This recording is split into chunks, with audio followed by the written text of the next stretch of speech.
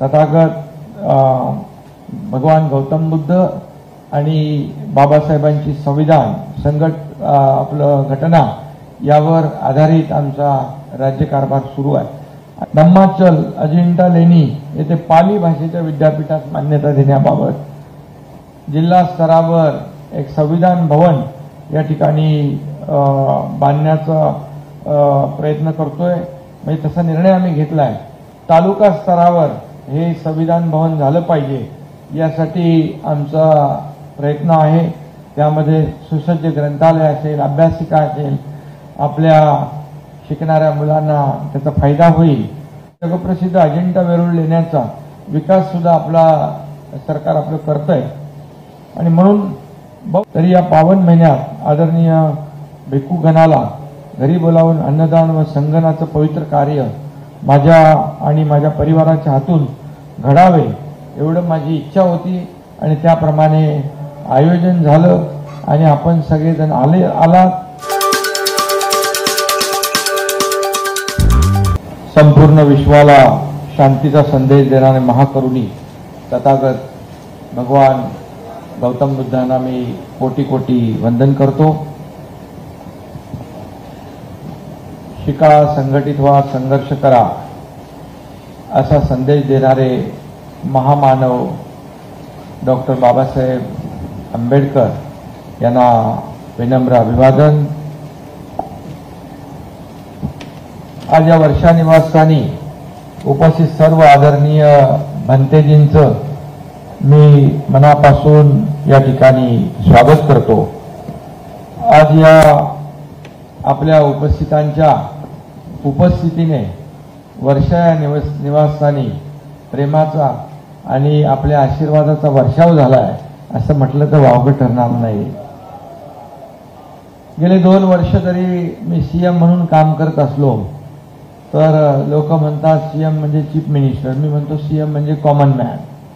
आणि सामान्य माणसाच्या या वर्षा निवासस्थानी तुमच्यासारखे सर्व असामान्य भंतेजी उपस्थित झालेले आहेत हे माझं मी भाग्य समजतो आणि मी मनापासून आपलं स्वागत करत असताना आपल्या सर्वांना धन्यवाद देतो। खरं म्हणजे आज जगात अनेक ठिकाणी संघर्ष, युद्ध सुरू आहे, परंतु खरं सांगायचं म्हटलं तर आज जगाला युद्धाची नाही तर बुद्धाची गरज आहे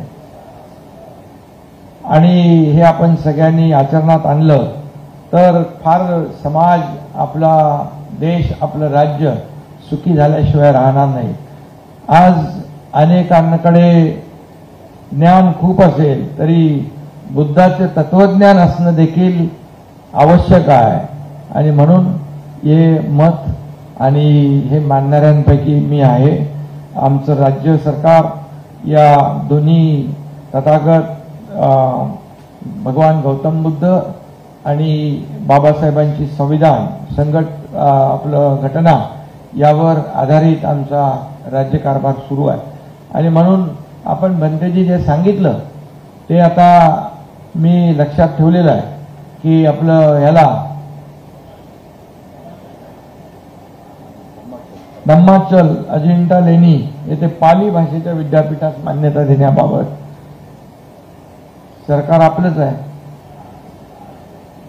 त्यामुळे हे समाजासाठी जे करायचं ते आपण नक्की करू आणि अनेक आपल्या जे काही आपण निवेदन दिलंय त्याच्याबद्दल एक बैठक लावू।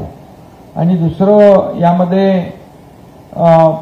आम्ही जिल्हा स्तरावर एक संविधान भवन या ठिकाणी बांधण्याचा प्रयत्न करतोय। म्हणजे तसा निर्णय आम्ही घेतलाय। तालुका स्तरावर हे संविधान भवन झालं पाहिजे यासाठी आमचा प्रयत्न आहे। त्यामध्ये सुसज्ज ग्रंथालय असेल, अभ्यासिका असेल, आपल्या शिकणाऱ्या मुलांना त्याचा फायदा होईल आणि त्यामुळे नक्कीच याच्यामध्ये आपल्याला अपेक्षित असलेलं काम होईल।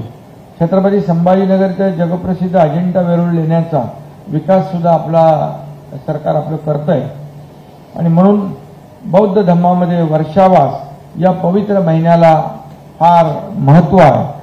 तरी या पावन महिन्यात आदरणीय भिक्खू गणाला घरी बोलावून अन्नदान व संगनाचं पवित्र कार्य माझ्या आणि माझ्या परिवाराच्या हातून घडावे एवढं माझी इच्छा होती आणि त्याप्रमाणे आयोजन झालं आणि आपण सगळेजण आलात या कार्यामध्ये.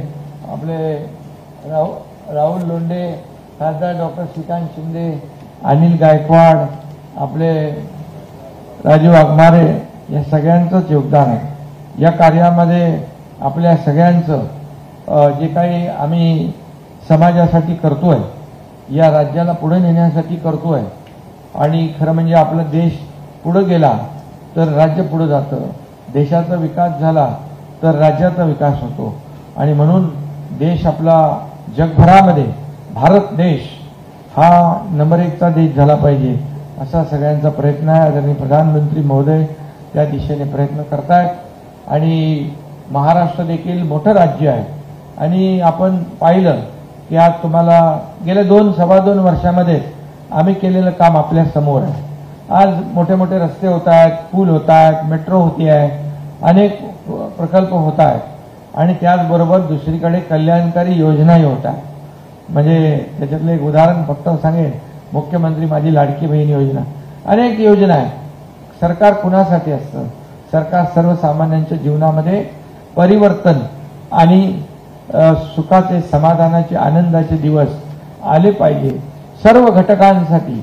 मग शेतकरी, कष्टकरी, कामगार, माता भगिनी, आपण सगळ्या लोकांच्या जीवनामध्ये बाबासाहेब नेहमी म्हणायचे की आपण जे जन्माला आल्यानंतर आपण स्वतःसाठी तर जगतो, पण दुसऱ्यासाठी जगण्यामध्ये जो आनंद आहे तो आनंद कुठे कधी म्हणजे एक कोणी हिरावून घेऊ शकत नाही आणि म्हणूनच रात्रंदिवस काम करण्याचा प्रयत्न आपलं सरकार करतंय. भंतेजी आपले आशीर्वाद, असेच आपले सहकार्य, योगदान आणि शुभाशीर्वाद असेच कायम असू द्या एवढीच आपल्याला विनंती करतो आणि पुन्हा एकदा मनापासून आपल्याला धन्यवाद देतो. धन्यवाद. जय भीम, जय बुद्ध.